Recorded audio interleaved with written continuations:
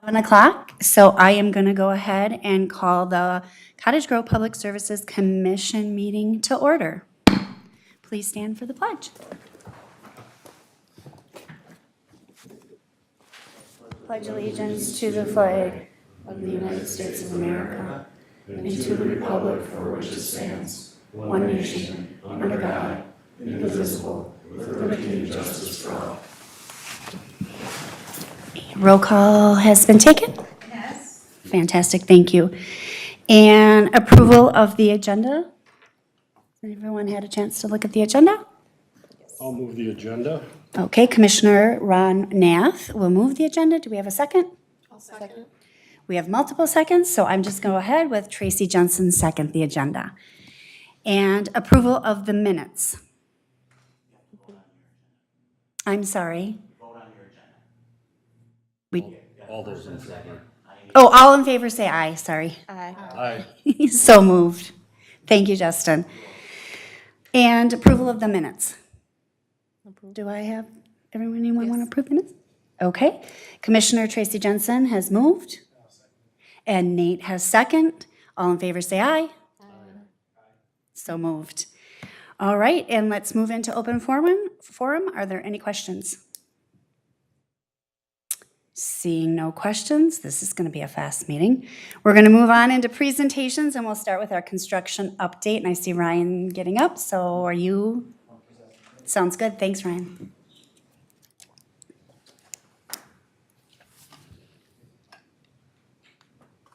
Thank you, Chair and Commissioners. So a lot of times in the summer, we'll do an actual construction tour. Last year, I think we had a lot of new developments, right, that we were looking at. Right now, actually, we only have one development that even really started yet this year.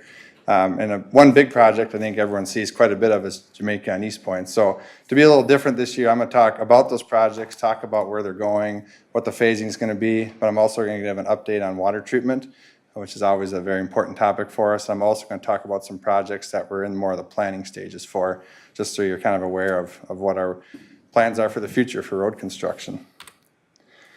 So first, I'll talk about 2023 pavement management project. This is south of 80th Street, kind of along and west of Hyde Avenue, just south of the high school. This project started earlier this summer. It's been going really well. Obviously, it hasn't rained a lot, which is not good for many reasons, but one thing is for construction, it keeps moving pretty steadily without weather delays. This project was broke up into 3 phases that you can see on the screen here. A pretty straightforward pavement management projects. We replaced the full pavement section, did spot curb replacement and spot utility repairs, so pretty typical project for our roadway rehabs. And phase 1 is actually completely paved with the base course of pavement, just waiting for the wear course. Phase 2, that's getting ready to pave, and then phase 3 they're just starting to get into. So making good progress through this project and hope to see that wrap up here in late summer or early fall. The big one, of course, is East Point Douglas and Jamaica Avenue. Very, very tricky, very challenging, very complex project that's actually going to be broken up over 2 years. So as you drive through, there's a lot of times you might wonder, what's going on there. Some days there's a lot going on there. Some days there's not a lot going on there. We had the big paving of the new northbound section of Jamaica, so that was really nice to see a few weeks ago. But then they might be laying new curb, and then it takes all these days to cure, and you don't see a lot of action. So I thought I'd step through kind of where we are, what we've done, and what's upcoming for that project. So our current phase, you can see everything in red is under construction. Everything in yellow is complete, and everything in gray is kind of the existing condition. We haven't done any work in that yet. So still trying to wrap up these northbound legs and kind of the north side of East Point Douglas Road, and that's actually pretty much done today. And then we're getting into a very quick 2-day closure. It was 100% necessary, but it's going to be a challenge. 2-day closure of the east side of that intersection at Jamaica and East Point. So for 2 days, if you're going north or south on Jamaica, you won't be able to turn towards Target. And the reason for that is that actual pavement in the intersection, we had to have it closed because it's such a huge intersection. You have to have it graded just right, paved just right. Otherwise, it's not going to drain properly over time. So tomorrow and Wednesday is when that's happening. Has that been posted anywhere? Yep. So that's a good question. So that has been on our website, and I believe there was a Facebook message as well. And 2 days was about as tight as we could get it. We pushed every hour we could out of that, and they'll be doing night work and just trying to get that work done. So once that is done, they'll actually switch traffic over, and then traffic will be on the new pavement that they've paved, and then they'll work on those southbound lanes that we've all been driving on, which is none too soon because with all the work going on, I know those southbound lanes are pretty rough to drive through. So that will be good. And then they'll also continue some work on East Point Douglas Road. So this phase you see here will be going on for, quite a few weeks, like that first side of the roadway was. And which days is the 2-day The closure? 2-day closure is tomorrow and Wednesday. okay. Yep, tomorrow and Wednesday is what we're looking at. I have a question. Has there been any concern with cars using the Cub parking lot as a raceway? The parking lot itself? Well, because Not- they cut through, Oh, for cutting like through? that. correct. Yep, So shifting those lanes over will probably put an end to that, but I know they can't close that one entrance. But Yep. I know, I've watched it, and it's an issue with pedestrians. Yep, exactly. So you're talking, if they come off of, on the screen here. I think, there has been some things that we've dealt with that. Coming from 90th, they have those speed bumps in their parking lot, which really helps. But, Okay. I know there, ever since we opened that, some cars do tend to find their own way, whether they should or not, to get around. I will say it's probably cut down a little bit now that the actual, the main signalized intersection going into Cub is closed, but that period of time before it, there was a little bit of a challenge. Once we get this work done, we're gonna kind of continue, and you'll see these little bits where we open a new entrance, and like we did for Cub, right? We reopened that entrance off Jamaica. And the reason for that is we really have to be careful to make sure you can always get to all these businesses during construction. Before we could close that signalized entrance by Holiday there, going to Cub, we had to open the other one. So a little bit of Swiss cheese of that type of work, trying to keep entrances open, which I will say there's a lot of effort. Our team put weeks and weeks of effort into this phasing plan because we really had to make sure we could maintain as much traffic and access as we could throughout construction. When we get to the west side of Jamaica, and we have that same type of intersection closure, this is going to be more towards that end of October timeframe in this second phase. That one is a 1-week closure. There's a couple reasons for that. The work is a little more intense, but also there's a really good detour on Inwood and 90th Street, where on the west side, or east side, there is no detour, right? When we close that, you're going all the way down to East Point at Keats Avenue. Here, there's a very convenient detour to kind of get around that closure. So like I said, there's a little more work to do in that area, but also because there's a detour option, when we force that 2-day closure, we really pay for it. There's a lot of cost to making a contractor throw that many crews and that much overtime into it. So that one will be a little lengthier, but traffic should still be able to get around. And then the last little bit will just be kind of finishing up the medians late this fall. And then everything in yellow will be done. We'll have the new signal in at Jamaica. We'll have all the widened lanes, extra turn lanes on Jamaica, and East Point will be, kind of complete from where the signal was by Holiday over to Burger King in that area. And then it'll stay like that for the winter. And then next year is when we actually get into the roundabout. That's the area in gray, and that will actually be closed during construction. So where that roundabout is on the screen next year, that'll be fully closed because there's really no way to build half a roundabout in this tight of an area at a time. You see sometimes the county will do it out like in a farm field, and they can put a big bypass road around. Well, there's no options to do bypass roads in a commercial area like this. So that roundabout area will be closed for the duration. Any questions?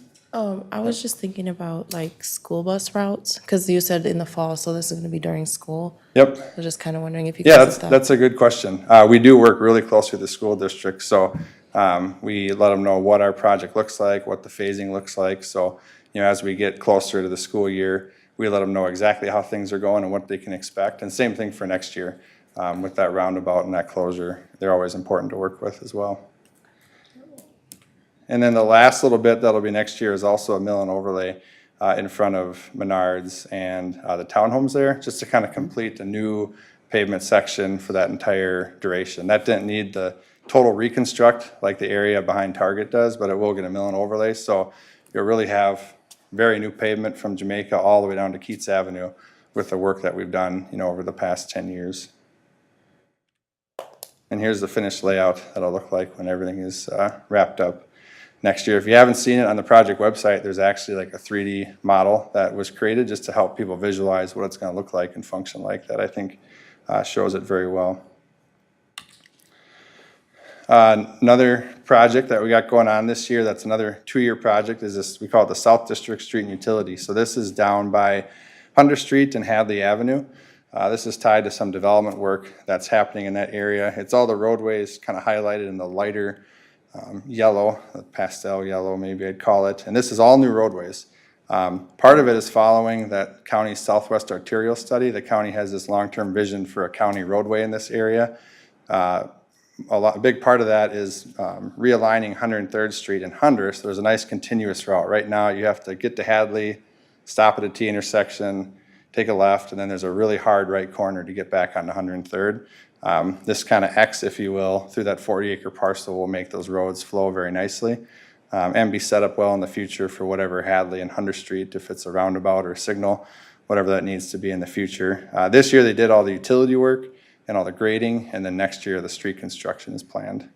The area highlighted in red, that was actually some work that we're just wrapping up to get some sanitary sewer across the Settlers Bluff development. So there was actually kind of a gravel bypass road for the past 2 weeks, which is Hadley's repaved, and they're just doing some shouldering work and getting ready to reopen that. So like I said, this is tied to some development, which I'll talk about in just a minute. We also have the 100th, 105th, and Ideal Avenue projects. This is in the brighter yellow. This started last year, another huge project, about $13 million. It's actually completed by North Point. The city did all the plans. We do all the inspection. We do all the administration. But North Point, that development down there, that's all the large industrial. They actually, as part of their development agreement, have to complete the work. But it's still a very large project. A lot of 105th was really done last year. Ideal Avenue was just recently paved, and then Hunter Street is under construction right now. That area highlighted in blue between Hemingway and Ideal, that's closed right now. So that's the area that they're working on. And once that's done, they'll do a mill and overlay between Ideal Avenue and Jamaica Avenue. So 100th will really be a brand new road from Jamaica all the way to Hayward Avenue, which will be a good improvement down in that area. It really was just a 2-lane road with no turn lanes. Now it's gonna have left turn lanes, right turn lanes, trail on both sides. Ideal Avenue will be the same, so that's a great improvement in this area of town. From a development perspective, the Hawthorne development is still moving along pretty good. We did tour this one last year, and we did our bus tour. The next phase, that was ongoing this year. One thing I want to call out, there's that kind of light blue oval. Century Geneva used to just be that gravel road, which is still there, that went straight north-south into Newport and Woodbury. But at the intersection of 65th, it's a really unsafe intersection. It's a pretty steep hill going down 65th Street with not good visibility. So actually this Goodview Avenue that you can see kind of going through development, that's actually a collector road that was built that's wider than a normal residential street, and that will actually be the main route into Woodbury, and that gravel road will kind of tee into it. So we're going to take that traffic, put on a much safer road, and tie it into that roundabout there. So it's just a much better improvement for traffic in that area. So that construction is wrapping up at that connection, so that area has been closed for the past several weeks, but that'll be wrapping up here in the near future. Can I ask on that? Yeah. Last one, is that plan there to try to divert some of that traffic off 65th and funnel it north?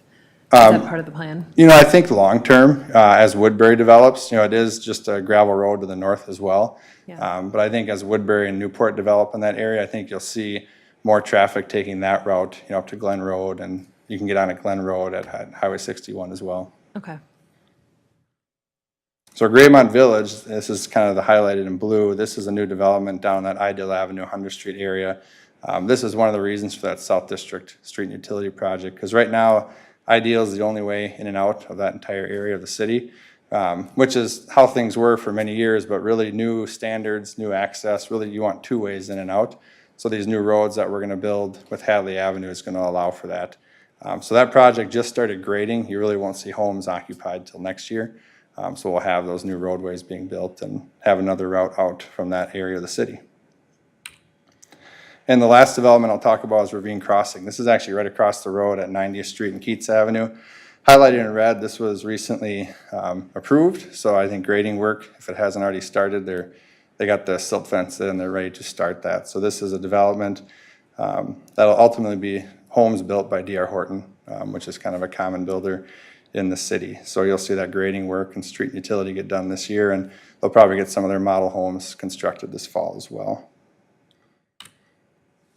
And then thinking about future projects, so 2024 pavement management, the council just recently authorized the feasibility report for next year's project. We always like to be 1 year in advance with the planning efforts, and the feasibility report was authorized for quite a few streets. We have to figure out what's the real condition, what's the utilities, and what's the cost. We may not do all of these streets next year, but these are the ones that we're evaluating. So you've got the area just south of this year's project, kind of along Hillside, between that and East Point Douglas Road. We're also looking at East Point Douglas from Hyde, kind of up to that cul-de-sac on the north end.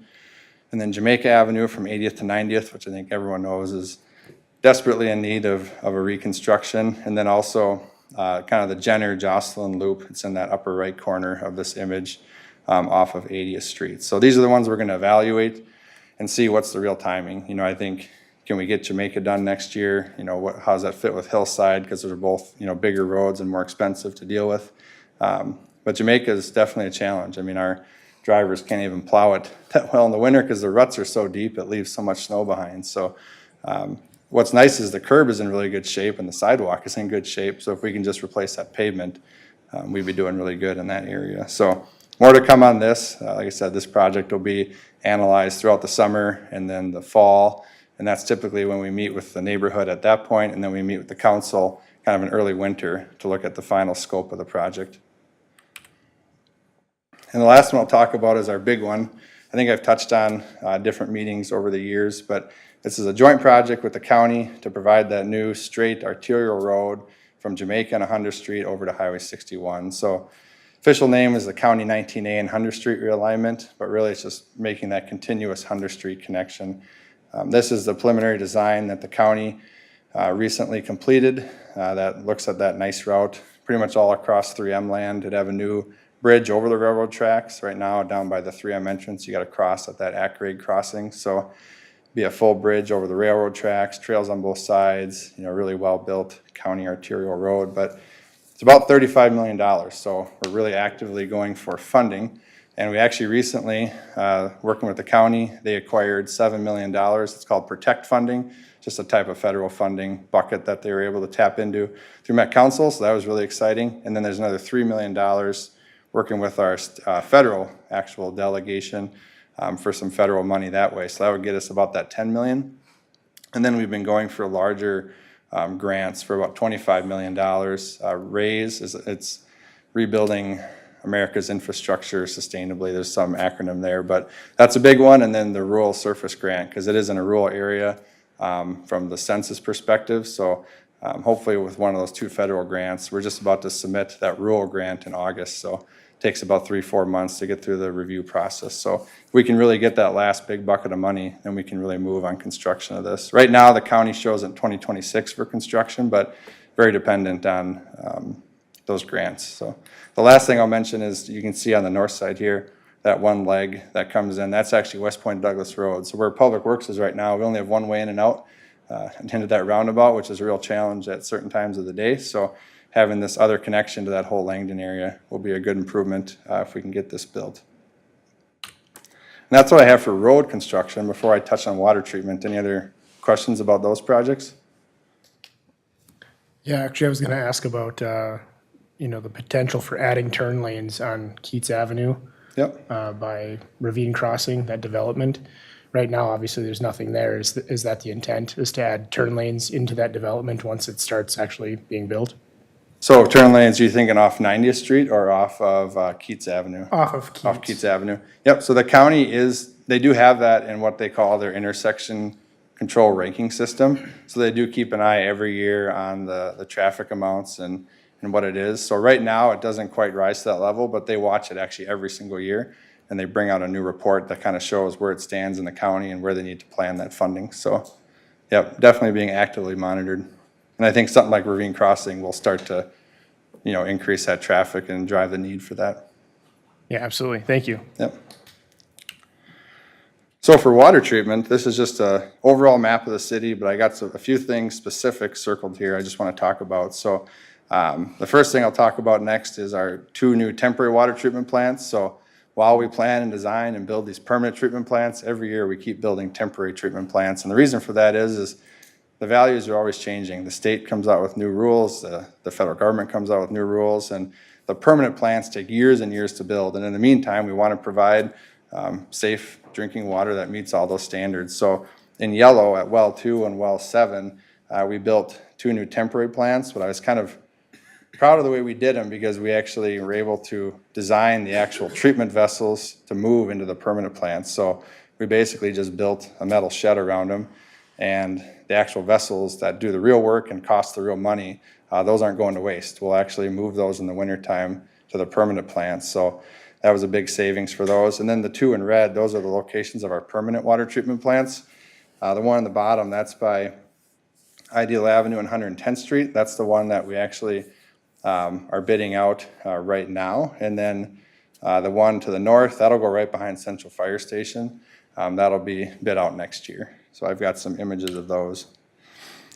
These are the temporary or interim, sometimes we call them interim water treatment plants because sometimes the word temporary actually sounds like they're going to fall apart, but they're still built well. They're built to meet all the correct standards. It's just we try and build them in a cost-effective way, knowing they'll only be there for a handful of years. So these are the well 2 and well 7 plants, very similar to the ones that we built, the 3 previous ones. So we now have 5, and these 2 are up and running, and we're using them pretty heavily, obviously, with another drought that we have this year. So that was a big team effort, and the real key was those treatment vessels we actually bought and contracted ahead of time. So we didn't wait for a general contractor to do it. We actually went out and did that, and the council authorized staff to move ahead on those, and they have such a long build time.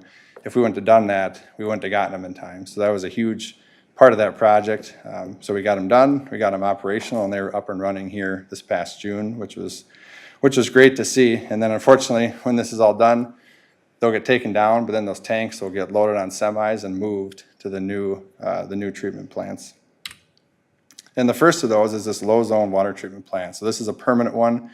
And the reason I say that is we have 3 kind of different zones in town because we have so much elevation. So south of Highway 61 is kind of its own water system with some connection through different valves and such. And then from Highway 61 to kind of the hill by Hillside is another one. And then from 80th Street on up is a third one. So that intermediate and high zone that are north of 61, they can kind of act together. So they'll share a water treatment plant, but south of Highway 61, it's really works all on its own. It'll have its own water treatment plant. Highlighted in yellow, that's the actual outline of the plant. Just a lot of lines on this page, so I wanted to draw attention to that. I've got a nice picture and image on the next slide. But we'll just have roads connecting and going in and out of Ideal Avenue, 110th Street, and then also we got utilities in that area as well. But this is an actual rendering of the plant, which I think turned out really good.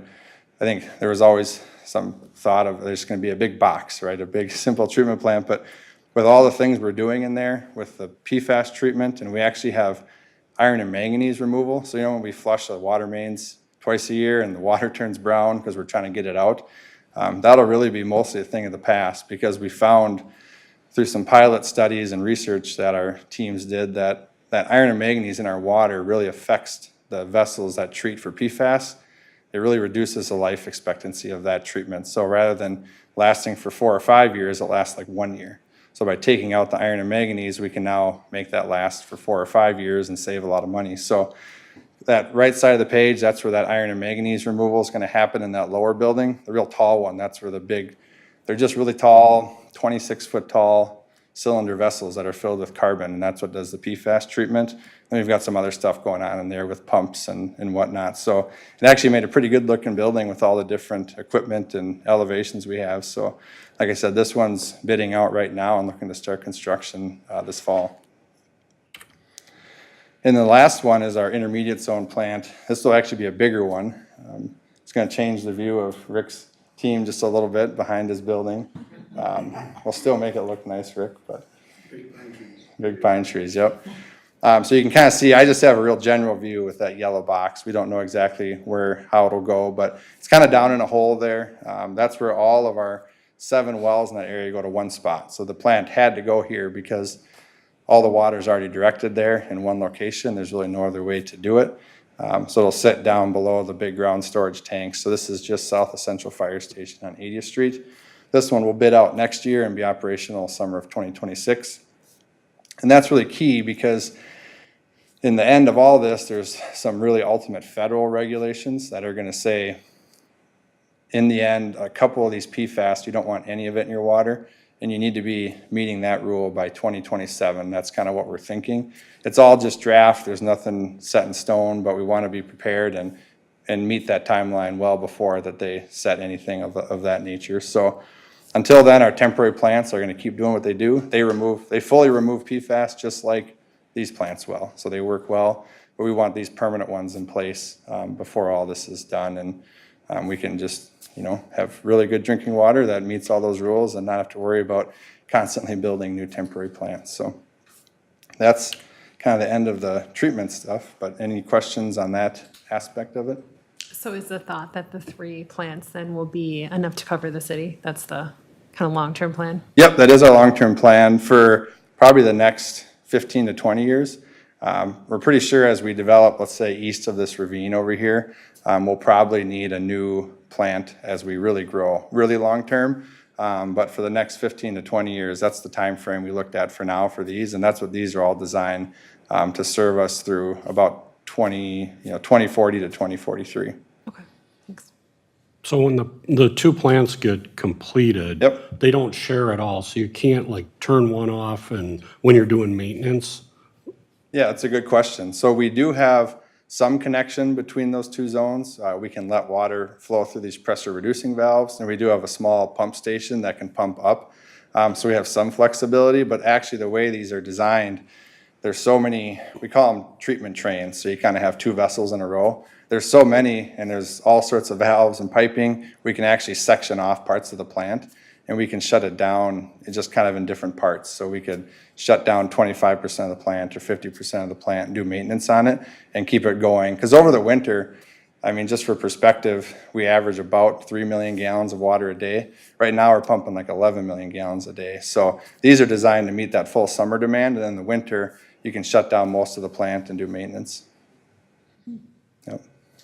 Hypothetically, you'd mentioned like manganese and iron. I don't know if I said that right. The removal before treatment, which is really cool. Yep. When you start removing that before treatment, the customer, the end user, would the likelihood that they'll need a water softener decrease? Yep, that's a good question, and while that can play a little bit into hardness, it's really minor. It's more other substances. So our water is very hard, coming from a limestone aquifer, but for the most part, or sorry, not limestone, but the sedimentary aquifers, that'll really continue. So we'll still have really hard water. We did look at, could we do water softening, right? We're doing this PFAS treatment paid for by the state, but water softening was about $100 million for the city. So really just not a feasible thing at this point.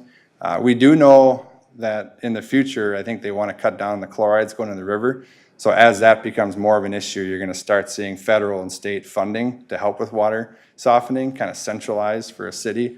But yeah, that effort and that cost would have been pretty 100% paid for by city residents, right? So it just wasn't a feasible thing. So Yeah, cool. Thank you. I just wasn't sure how that would play out. yep, good question.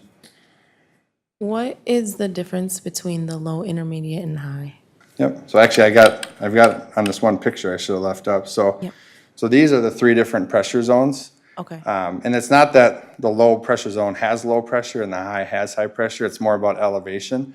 And if we had one pressure zone in the city, because we have so much elevation, you might have 50 PSI in the north end, but you'd have 150 PSI down by the river, and it would be blowing up everyone's pipes and vessels. So we actually have 3 kind of separated water systems in this town. And the green on here, south of 61, that's the low zone. That intermediate zone is in orange, and the high zone is in blue. And that's really the different elevations in town, which are pretty distinct. We actually have some pretty sharp ridges in the town that really delineate those. And then the red is the river zone. We don't have city water down there yet, but someday long-term, we'd have a 4th zone as well. So it makes it a lot more complicated. You go to Woodbury, it's very even, and they have 1 pressure zone. They're not worried about having water here and water there, and how do we, meet the demands of each zone, but it's a lot more complicated in Cottage Grove. So that's just to make sure that everybody kind of gets the same amount of Yep, the pressure. same pressure, yep. Yeah, we try to range from about, I think as Gary knows and I know down the south end, it gets a little bit lower in a few spots, but we try to range from about 40 pounds to, 75 pounds is kind of ideal range. We always have to provide more than 35, so we don't want to be any less than 35 pounds. That's kind of a 10-state standard for the Midwest region. Hey, Ryan. Yep. Since you're talking about water zones and you mentioned how we operate versus Woodbury, could you maybe share a little bit with the commission with respect to the blending process that we can enjoy that our friends to the north can't? Yep, yeah, so that's a good thought, Councilmember Olson. So you can kind of see that, the grouping of blue dots, where you see the 3, 4, 5, 6, 7, 8. We have a lot of wells that are in one spot, and they go to one pipe. So we can have, fully treated water, because, right now, it doesn't have to be at zero, right? That's not the way the standards are, that's not the way really any, treatment works. But we can fully treat some of these wells, and then we can kind of blend it with some wells that have a little bit, and you still have very good compliant water. And that was a way of doing things in the 60s and 70s. Let's put the wells close together so it's easier to treat. Then you start separating them out. And once you separate them out, you can't blend anymore because they're all in different spots around your town. So newer towns like Woodbury, they're just kind of all over the city. So it's kind of a different way of, which is a good thing to do because it prevented drawing down the aquifer a whole bunch. So, but now that we have to treat the water, having those 7 wells in one spot works really well for us, so. That's why you see in the news, some communities can only water twice a week, like Woodbury can, whereas we have the ability to blend our water, and in order to meet all of the state and federal standards for cleanliness, PFAS control, all that kind of stuff, so we don't have to put those limitations on in our community. Our system enables us to blend at all times so that we're consistently delivering clean water. If you have a place where you can't do that, like Woodbury, and they use too much water, what's going to happen is what starts coming through that pipe is going to be, it's going to have a higher parts per billion than they're allowed to have, and there's nothing they can do about it. They can't fix it other than just shut all the wells off. Did I say that accurately? Yeah, I mean, that's correct. It's a real challenge. If people are using water, you can't, other than putting out a cord, you can't stop them from using water. You have to, because the worst thing you can do is run out of water, right? Because that creates a whole slew of issues. So you have to turn on wells that maybe you wouldn't want to use. That's one thing. Let's say there's a big fire or something, right? And the fire department needs a ton of water. That's something we want to protect against as well. So yeah, once people are using water, unless you have it pre-planned and saying, okay, water 2 days a week, it's hard to stop them on that peak day from really draining the water towers, so. Which has not happened, but, that's just what we're all thinking about, so. Similar to Lake Elmo. That's actually why I brought it up. Yep. Yeah, Is because so I have some friends in Lake Elmo, and they were just telling me about, one of them's actually has a construction company, he builds a lot of houses. And he said that Lake Elmo is pretty panicked right now because they don't have a situation like we do. Yep. And to fix it is going to be much more expensive than it is for what we're doing. Yep. Because their system doesn't work the same way. Yeah, and they're currently adhering to manual enforcement. If you water your lawn on even days or odd days and you're not on the correct side of the road, they hand out a warning and potentially a ticket, so. Yep. Yeah, ours is kind of a double-edged sword, because back in 2017, when we had the watering ban, when the first big change happened, 8 of our 11 wells were over. So we had to jump on it, treat wells, and we didn't have a choice. So now we're just kind of ahead of that game, and as standards have slowly changed since then, other cities just keep losing wells, just because they're over the limit. So it was a painful year in 2017, but it forced us to just get it done, get a plan in place, and start moving. So it was a nice double-edged sword that we're feeling the benefits of now. Yeah, I absolutely applaud your guys' strategic planning with this too, like, just from a high-level view, this seems incredible. So nice job to you and your team for what your guys have going on here. Yep, thank you. I know I spew out a lot of numbers and there's a lot of information for you guys to hear tonight, but the real key in all of it is, everyone always asks, we have safe, clean drinking water, meets all the standards. We're working hard on those 2 treatment plants that will have operational 25 and 26, and we'll be in really good shape. Any other questions? All right. Thank you. Thank you. And next on the agenda is a presentation about the 3M settlement update. Actually hit on both of those at once, so I kind of just kept moving. Perfect, thank you. So that was the PFSAs. Yep. Then we are going to move on to, is there any old business that needs to be discussed or wants to be discussed? Hearing none, we'll move forward. And is there any new business? Hearing none, we'll move forward. And commission comments, requests? Any commissioners have any comments, requests right now? Well, maybe just a personal example to share. Thank you to our police department. I had a situation, I'm a trustee at Christ the Lord Lutheran Church here on 90th and Keats. And one of the construction companies left one of their trucks in our parking lot, leaking oil and kind of making a mess, and never showed up to no communication to us. Finally, I just did my Google searching and figured out, but until then, I thought, well, I'm gonna talk to the police and see what legal rights I have.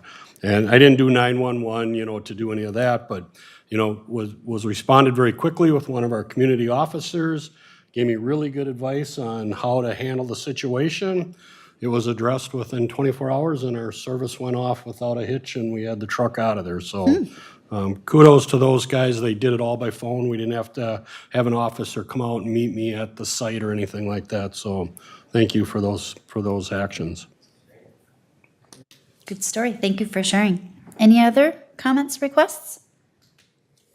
Yeah, from my neighborhood, thank you for what you guys did in the Public Works Department, getting all of those yards and sprinklers taken care of for all of those guys. A lot of them had been waiting a very long time for a yard or any communication back, so what you guys did was greatly appreciated. Yep, thank you. And I'll pass along too, our planning department was a big part of that as well. There's a development where we keep escrows to make sure that yards are sodded and that's all completed, and we had to actually use those just because of a certain situation, and our planners were a big help in that, big part of that, so. Excellent. And now we will move on to staff updates and reports. And I'll just say one thing quick. Yes. I hit on all my construction and Yeah. you guys got all that covered for the night, but I'll just mention, just for planning the September meeting, we're actually looking at doing a joint meeting with the Parks and Natural Resources Commission.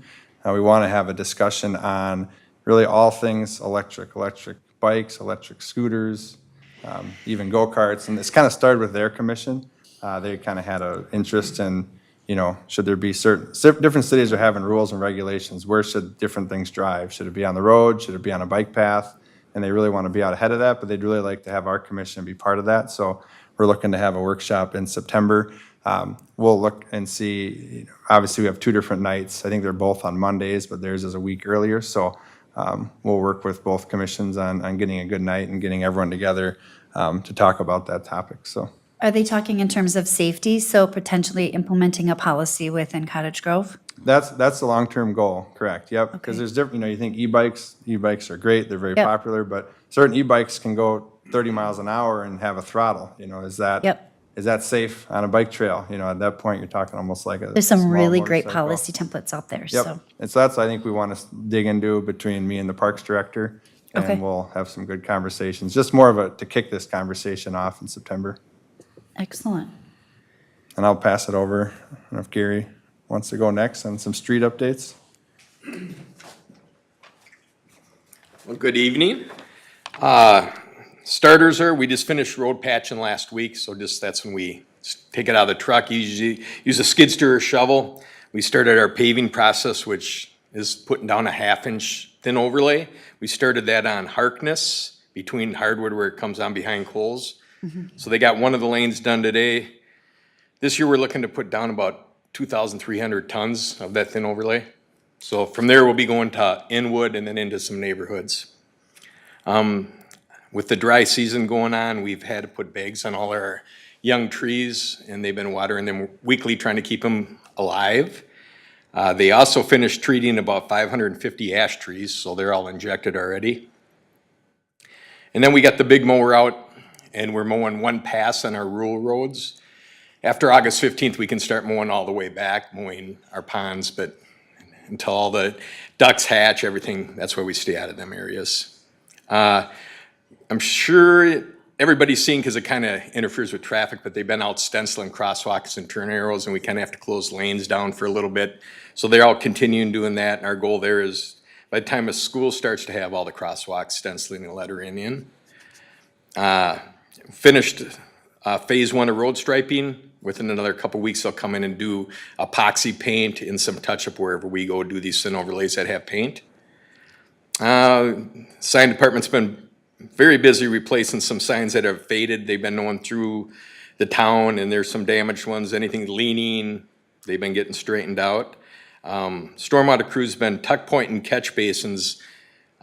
That's areas from north of Indian, between Jamaica 19 and south of 17, so that they're jumping down every catch basin, and wherever there's like block like that, they gotta re-tuck point all them cracks. That prevents future failures, which are pretty expensive, can end up to $10,000. They're in each structure about 15 minutes, and they're going through them pretty fast right now. And then in the ponds, we're in there cleaning up volunteer trees growth around the inlets and outlets, and spraying weeds around them as well to keep that growth from down.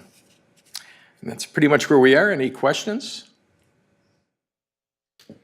Yeah, actually, I brought this up when we were sitting up here chatting, but is there a process to request a crosswalk installation? Yes, so through our engineering department, they would be the ones to look at that for any signage or crosswalks. Cool. Yeah, I was gonna have, request a crosswalk, installation between Keats and Jamaica on 70th. Kind of a long stretch there, and a lot of kids that live in that development across the street Okay, try to go to school, and they don't go to the roundabouts, so there's it's like a game of Frogger in the morning trying to cross 70th for some of those kids riding bike to school. Obviously, it's not a problem now because they're not going to school, but right. So, Commissioner, so you're talking, to cross 70th between Keats and Jamaica? yeah, Yep. because the only two cross points that are actually marked, if I'm correct, are at the roundabouts. That's correct, yep. So the county is aware of that stretch, but also from even Hinton to Jamaica. And kind of the challenges with a 50-mile-an-hour road, really what they have to look at is basically a crossing signal. So we do continue to have conversations with the county on both those areas. Kind of the next priority would be, just because it's busier and even more, is down on that Hinton to Jamaica stretch, which potentially would actually have to be a tunnel. Just because crossing a main highway like that, there's really no amount of signs or paint you can do to make it safe. But we can talk more at a different time if you want. But the county's been working on those a lot for many years. They are two widely requested areas, so. Cool, yeah, I was at a neighborhood gathering the other day, and I said, I've got a meeting coming up. Yep. What do you think I should bring up? And they said a crosswalk on 70th. Yep, And that was it was brought up by like 10 people, so yep, it must be definitely. a big deal. Okay, any other questions? All right, thank you. Thank you. Chief?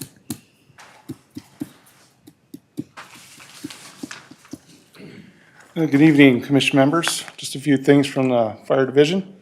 Under personnel, we had started and we've been going through our hiring process to replace a full-time member that had joined another agency.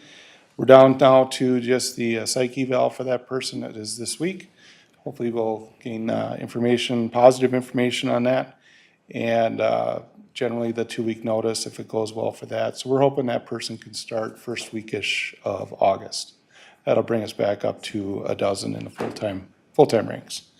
And this person is a internal candidate, so FTO should be rather quick. He already knows our policies and procedures and guidelines for the EMS side, so it should be a fairly quick FTO process. Calls for service in June, EMS we had 293. Fire and rescue we had 90, so we are down just a little bit in June. I know I've been giving 2-month numbers before, so that's why it kind of seemed kind of high, but around 300 for EMS a month is what we average, but it depends on the time of year too. Other items, our public education events have been really busy and picking up full swing. Numerous on-site visits have been scheduled, whether it's daycares for tours or groups coming to the fire station for tours or talks. And lately, a couple of Cub Scout troops have been coming for their first aid badge stuff, so we've been helping them with that. Strawberry Fest and Strawberry 4th kept us busy. 4th of July kept us busy with city events and calls for service. Two big events here in town, so nothing major. We had no reportable structure fires during the 4th of July this year, which was nice to have, so. We did the radiological preparedness drill. We had two of those in June. The first one was June 7th, and then our FEMA evaluated drill was on the 28th of June.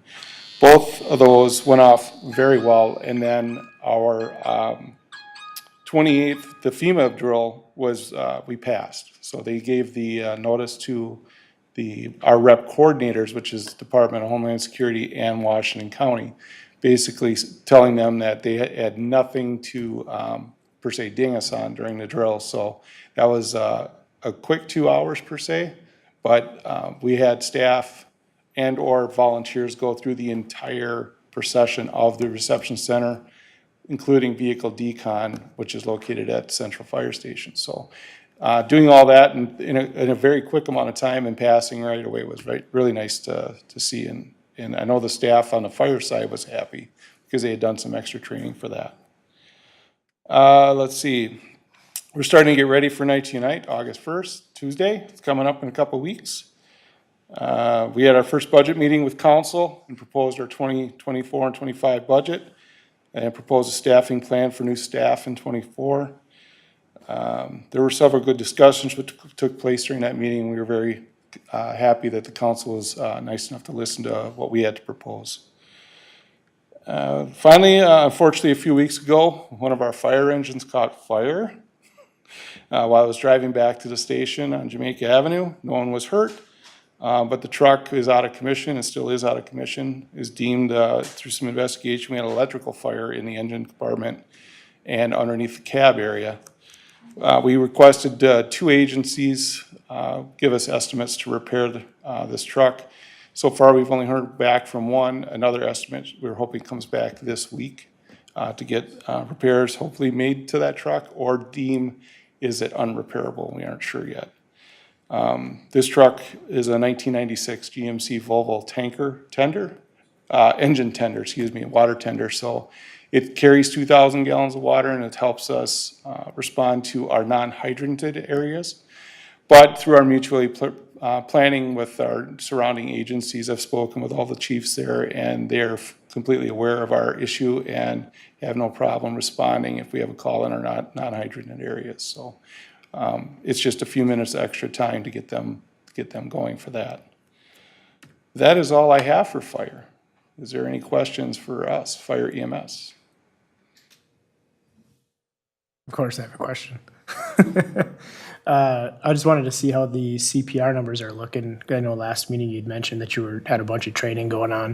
I believe our Heart Safe City designation is on track.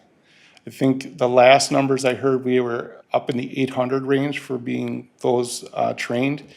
We're probably at least a couple hundred over that. So we did quite a few people at Strawberry Fest. We plan to do as many parties as we can on Night to Unite. And when we get a chance to any of the businesses that contact us, we go into businesses and do it as well. So I'm not certain for sure what the exact number of Heart Safe is. I want to say 1,600, but I don't want to quote that. But I know that above my last report, we are definitely above that. Awesome. Yeah, that's super cool. I just had seen on social media that you guys were holding classes recently. So. Yeah. And thanks you just reminded me, we did receive another certificate for our CPR program here in Cottage Grove for our CPR saves. We got a Service Excellence Award for that from American Heart. So that's the second year in a row we've received that. Awesome. Thanks, Chief. Thank you. Any more? All right. Thank you. Thank you. We will move on to council comments. And Council Thank you. Representative Olson. Try to keep it under an hour. I want to start with, as you listen to all of the different staff reports, I want people to recognize how lucky we are as a community to have such an amazing staff of professionals who support our city. They'll never tell you this, but Public Works, for example, they dealt with a really ugly snowstorm in early April that caused a lot of damage in the community with trees down, power lines down, et cetera. And Gary, you'll have to correct me if I'm wrong, but I think they're still chopping up trees in some parts of the city, right? So they had to leap into action to deal with that in early April when they really should have been working on all of their various spring projects. For example, flooding the hydrants or flushing the hydrants, getting out and doing street sweeping and so on and so forth. So what they've been doing in essence for the entire summer is they've been doing double duty. They've been working on the trees and the power lines and the other issues while still taking care of pavement management, still taking care of our parks, which get just a tremendous amount of use in the summertime. It is not an easy task. And, one of the things we're discovering as we go through our budget process, both last year and now this year, is with a growing community and the increased demand for maintaining infrastructure, adding new infrastructure, and keeping up the level of service that our residents have become accustomed to, we really have to thread the needle in terms of the budget dollars that get allocated for equipment that can make people's lives easier, maybe get the job done a little faster, a little more effectively, in addition to just headcount. We added a person in parks this year, we added a parks truck this year, and we may have to add another one in the next year or two simply because the amount of work continues to increase. And there's only 24 hours in a day, and sometimes these guys actually do like to sleep. It's not a lot, especially in the winter when they plow snow, but they do need to rest. So again, we're very grateful. Rick mentioned Night to Unite. I'll just say that parties can be registered for Night to Unite in the city, the neighborhood parties, up until June 25th. That's the deadline, okay? And when you register for a party, what that does is it gives you the opportunity to pick and choose. Do I want a police officer to come? Do I want a firefighter to come? Do I want Gary to come? Do I want, Rick to show up with that awesome mustache? What is it that we want to do for our party? And you could even request a visit from the mayor or from, the chief of police or what have you. So if you're interested in signing up, you can simply call 651-458-2850. And if you do sign up a party by the deadline of July 25th, your neighborhood party will also be entered into a drawing for some really cool prizes. For example, we had a donation of a $500 gift basket from the Mall of America that will be given to somebody who signs up for a party. So something to think about, and it's really a lot of fun. Those parties take place on August 1st. We actually start with what we call National Noon Out, where we go to the senior centers around town, and we have a nice lunch, and we visit with our seniors and get an opportunity to interact with the staff, et cetera. And then we come home and we take a little rest for a couple hours, and then we go out at night and we try to hit as many parties as possible. Rick, I don't know if you'll remember this, but I think last year we were over 50 parties. Is that right? And that's a lot, you guys. It's a lot, because what happens is each of us council members gets assigned to 8, 9 parties, but then you also have, all these other parties that people call you up and say, oh yeah, we're doing a Night to Unite party, we'd love to have you stop by. So we try to make those visits fun and engaging, but quick, so we can get around as much as we can. But I'll tell you, there's no better way for especially young people, little kids, et cetera, to get a chance to, check out a fire truck or meet a police officer or, throw rotten tomatoes at a politician, whatever. They really enjoy it. That's a good opportunity, and I would encourage you all to try to put a party together, at least attend some if you haven't already. I also wanted to mention that July 29th at River Oaks is this year's Public Safety Board golf tournament. The Cottage Grove Public Safety Board raises money throughout the year for a lot of really, really important things. And, they donate those funds towards oftentimes equipment for our police officers, our firefighters, our EMS personnel. And the way that they can do that is through the public supporting them in all of their various endeavors. I know last year's public safety tournament was very well attended. We had a beautiful day at River Oaks. For $120 a golfer, you can put a foursome together, or you can put a twosome together, and the Public Safety Board will find you another twosome to play with.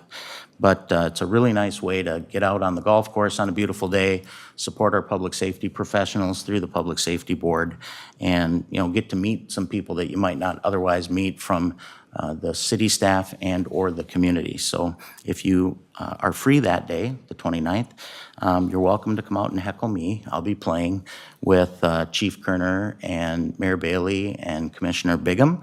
They are all better than me, so hopefully it's a best ball and I just have to watch. But should be a fun day either way. One of the things the Public Safety Board coordinates for us is what we call our Craig Woolery Scholarship, which is a scholarship that was founded a few years ago for the purpose of helping support local young people who want to go into some sort of public safety endeavor. Could be law enforcement, could be being a firefighter, could be being EMS. And this year, the Public Safety Board awarded 3 scholarships. Were they $1,500 apiece this year? Because of the generosity of people around the community who wanted to contribute to this scholarship fund. And I know that our Cottage Grove Lions also made a very generous donation, as they did last year. Commissioner Olson is a Lion with me, and it's something we feel strongly about as a club. So, this public safety golf tournament is another way, if you wanted to help support the Craig Woolery Scholarship, you could potentially make a donation there at the tournament. Just hand over your check to any member of the Public Safety Board, and I'm sure they'd be glad to set it aside for next year's scholarship awards. You may have read over the weekend in either the Star Tribune or in the Pioneer Press, there were a couple of articles this weekend about Mississippi Dunes, the former golf course, and the fact that we are pursuing turning a portion of that area into very nice parkland.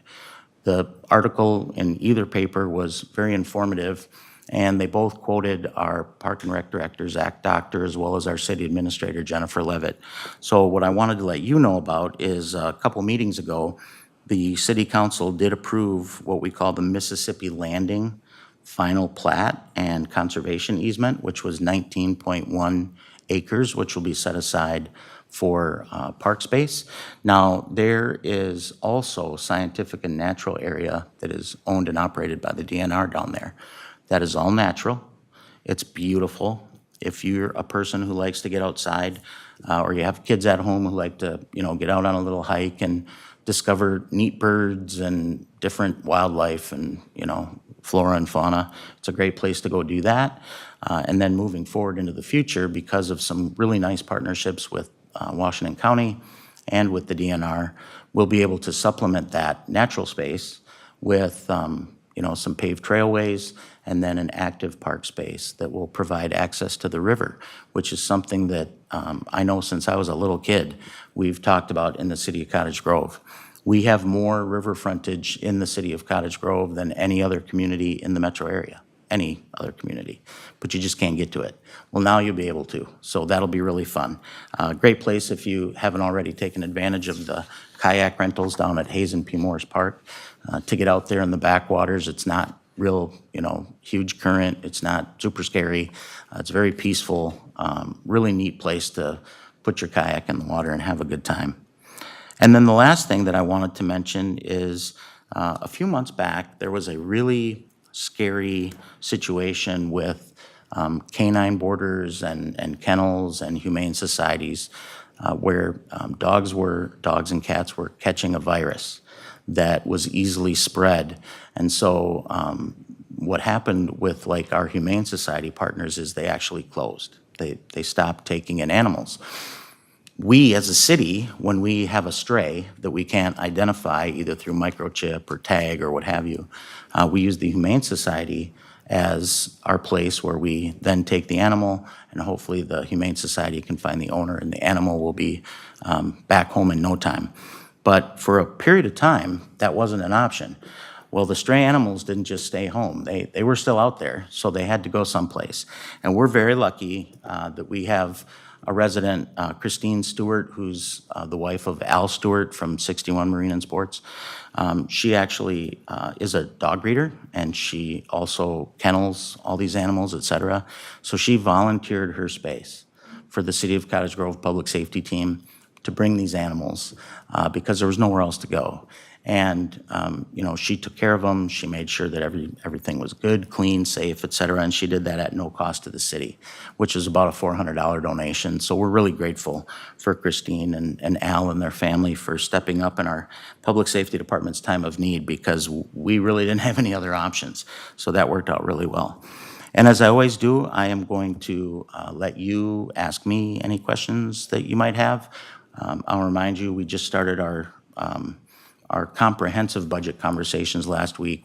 Budget never ends. We're always talking about it. But, you know, we have some more conversations take place this Wednesday, et cetera. And I'm happy to answer anything you'd want to ask about that or anything else. I just have a question about the timing of the access that we would have to the river. What does that timing look like, Justin? Gosh, I wish Zach was here. So just like anything else, there are a lot of factors that go into that. But I know that, you know, we've been playing with this plan now for 2 years. Actually, for longer than that, but the current plan, we've been planning for 2 years. Part of this plan has to do with development and access and all of that to the property. There is a property owner, David Gustafson. He's the one that we purchased. Actually, Dave and Dawn, his wife. He's the primary owner that we purchased land from, as it's stated in the articles that you read this weekend, if you had a chance. And ideally, we'd like to have this really put together by the end of next year. That would be our goal. But I mentioned we're in the middle of budget conversations. Zach's budget hasn't come up yet, and part of our budget conversation is what we call the CIP, or the Capital Improvement Plan. And those are all those big dollar projects that we sometimes have to bond for, or equipment replacement like Rick's truck or things like that. Those things all come together on the CIP. And each year we review the 5 and 10-year CIP, and we kind of move things around based on funding sources and all of that. So let me do this. When we get together in September with the Park Commission, I'll have Zach actually do a bit of a presentation on that. Would that work for you guys? Yeah, can you talk to him about that? Yeah, I think he'll put it much better than I could. He's the subject matter expert, and I will tell you that he's super excited, as we all are. This has been a long time coming, but it's a great question. You touched on I did? this briefly. Okay. I don't know what that, wow, that was interesting. You touched on this briefly, but when you talk about budgets and how our city is expanding, you know, 3, 4, 5-fold, how is that going to affect Public Works, Public Safety, Parks, and employees to be able to continue to do the great work they're doing? Sure. So that's a awesome question with a really detailed answer in some respects, but I'll give you the Reader's Digest version. This year, Gary, 13th plow route this year? 14th, yeah. So this year, we are adding another plow route because of the additional roadways that we have. And I talked earlier about level of service. For those of you who live here, you know that our Public Works team and our Parks team does an amazing job with snow plowing. Amazing, unbelievable, better than, I've been all over the Twin Cities. I cover territory all over the Twin Cities. And I gotta tell you, there's nothing better than waking up in the morning with a fresh hot cup of coffee and you can see blacktop on the road after a snow event, because these guys get it cleaned up curb to curb. They start early, they stay late, you know, all of those things. But at some point, you just run out of time. You can't cover all the territory unless you expand your team. And so we had to add a 14th plow route, which means another truck, right?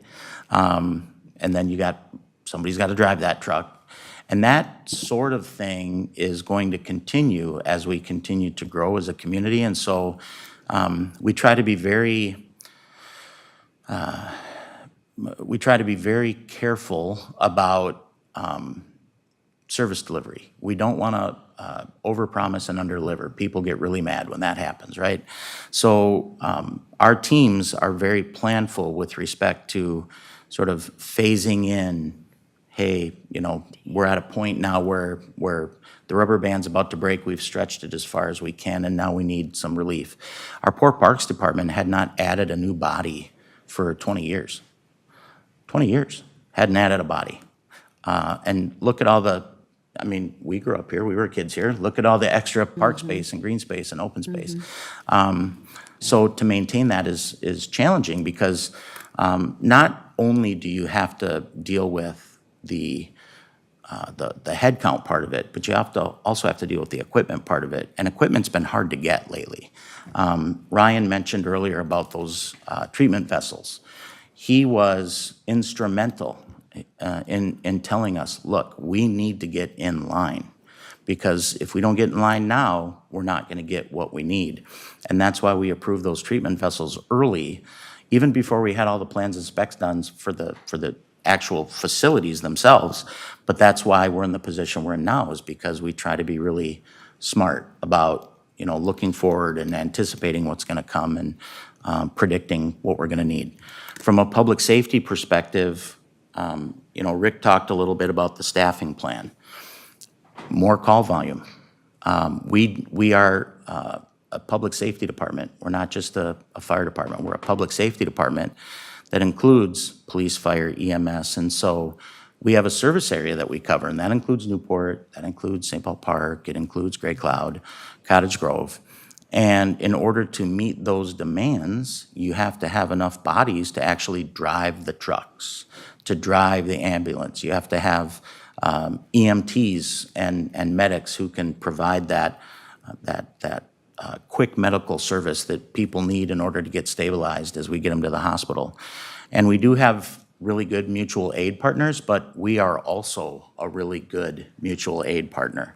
And we do a lot of runs in other communities when they're short-staffed because we have those mutual aid agreements. And, you know, Rick would be better to answer this than me, but, you know, we have 3 ambulances that we rotate, and we have plenty of times when all 3 are out. And if that happens and then we get a fire call, wow, things can get pretty thin pretty quick. So we have to be aware of the type of service that our residents deserve for the taxes that they pay, the type of service that our residents expect for living in such a nice community, and how we best deliver those services. And sometimes you just can't get away from it. It boils down to we've got more houses, we've got more people, you know, we've got a community with a lot of new infrastructure, but then on the other side of the highway where I grew up on Hallmark, the infrastructure is aging, and so you got to keep that up. And what does that look like? All of those things come with costs.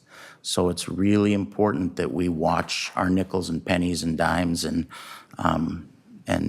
expand our service model to the degree we need to in order to keep up that service level. Thank you. Anyone else? Thanks. All right, thank you. With that, I am going to move for adjournment.